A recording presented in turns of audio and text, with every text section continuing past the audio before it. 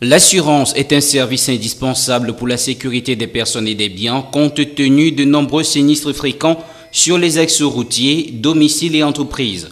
C'est donc pour parler des problèmes y relatifs que s'est tenue à Douala le 19 octobre 2016 la première édition de 1 sur 1 stock. Il était question au cours de cette tribune de l'assurance organisée par les mutuelles réunies de redéfinir la place de l'assurance dans le paysage macroéconomique du Cameroun qui est une destination de plus en plus prisée par les investisseurs. Il aura été également question pour les assurés présents à cette rencontre de voir dans quelle mesure mieux exploiter un contact d'assurance et mieux apprécier les garanties correspondant à leurs besoins.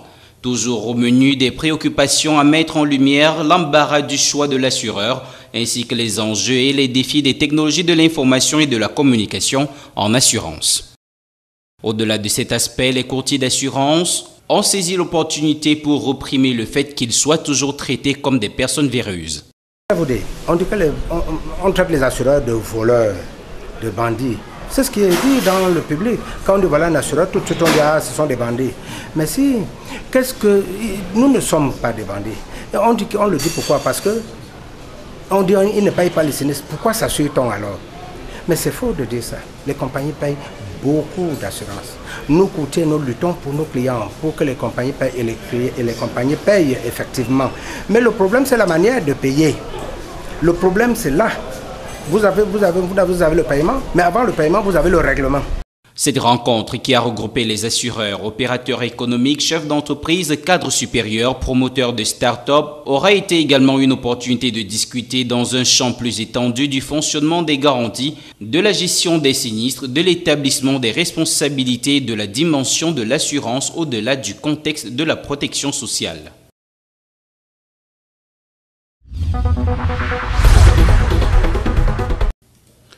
Lancement à Douala ce 20 octobre 2016 de la campagne nationale de sensibilisation des usagers des véhicules sur la réduction des accidents de circulation liés au mauvais état des pneus.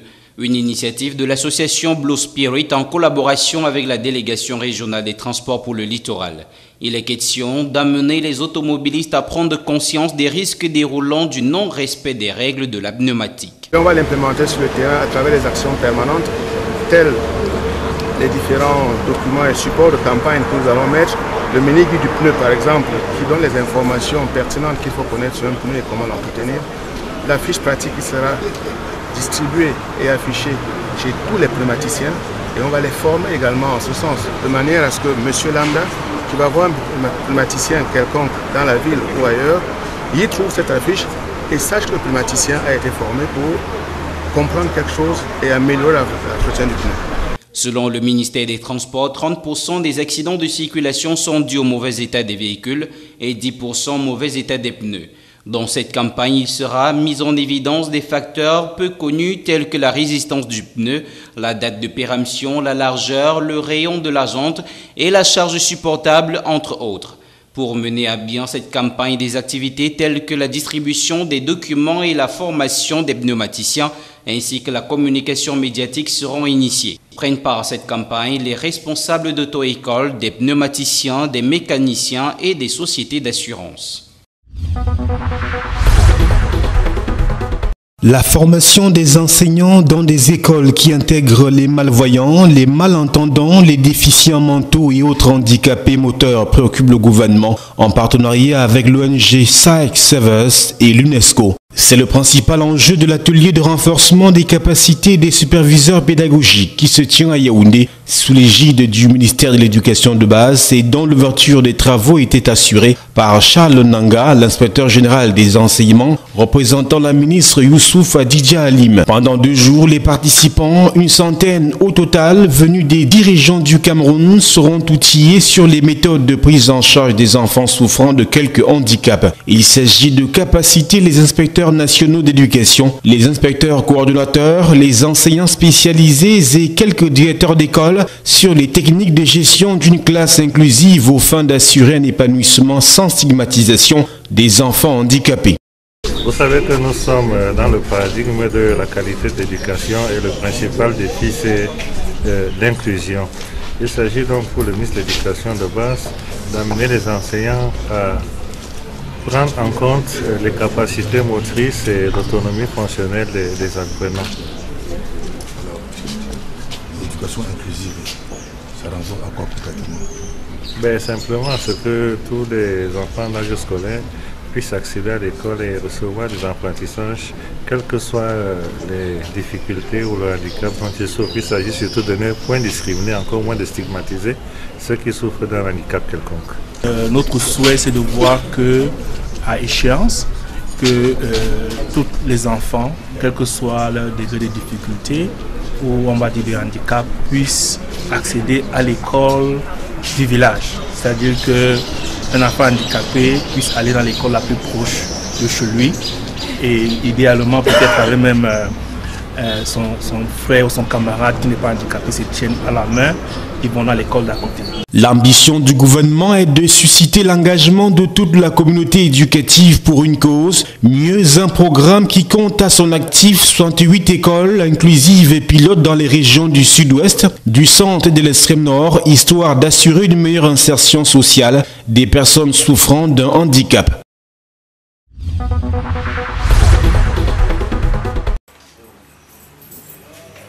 Ils sont une centaine environ, les apprenants pour presque 10 filières, parmi lesquelles maintenance audiovisuelle, électricité automobile, électromécanique et autres froid et climatisation, à défendre devant le jury le rapport de fin de stage en entreprise. Les soutenances qui durent environ 40 minutes pour chaque étudiant consistent à faire un plaidoyer sur le contenu de son rapport de stage et la pertinence du thème. Pour cette première journée, près d'une vingtaine est passée devant le jury et a pris note des remarques faites sur leur mémoire. Parlant, n'est-ce pas, du DQP 2016, nous avons commencé avec les préparatifs il y a de cela quelques jours. Nous avons mis au point, n'est-ce pas, certains éléments afin que tout se passe dans de très bonnes conditions. Nous avons tenu des réunions avec les membres du jury, avec les membres du secrétariat et ce matin encore, nous avons procédé, n'est-ce pas, à la première journée de soutenance. Donc, jusqu'à ce niveau, nous n'avons pas de problème et nous pensons qu'il n'y aura pas de problème puisque nous veillons à cela. Le ministère met à notre disposition des moyens. Vraiment, il met à notre disposition les moyens afin que tout se passe dans de très bonnes conditions. Les soutenances qui durent 3 jours ouvrent les portes à la phase écrite dans quelques semaines. Pour l'instant, la joie de passer cette étape est perceptible. Pour certains, le temps est aux problématiques de l'emploi. Femme que je suis, je n'aimerais pas aller à la fin de ces formations, je ne vais pas rester à la maison pour faire la cuisine. J'aimerais aussi travailler. Mais comme ce n'est pas facile, je vais me chercher.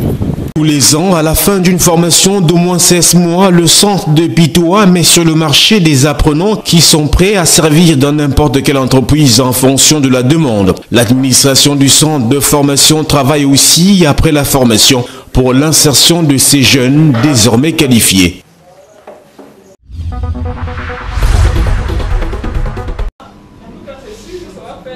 Le groupement de la filière bois du Cameroun a organisé ce 19 octobre 2016 à Douala la formation des pères éducateurs dans le cadre du sous-projet prévention VIH chez les autres populations vulnérables.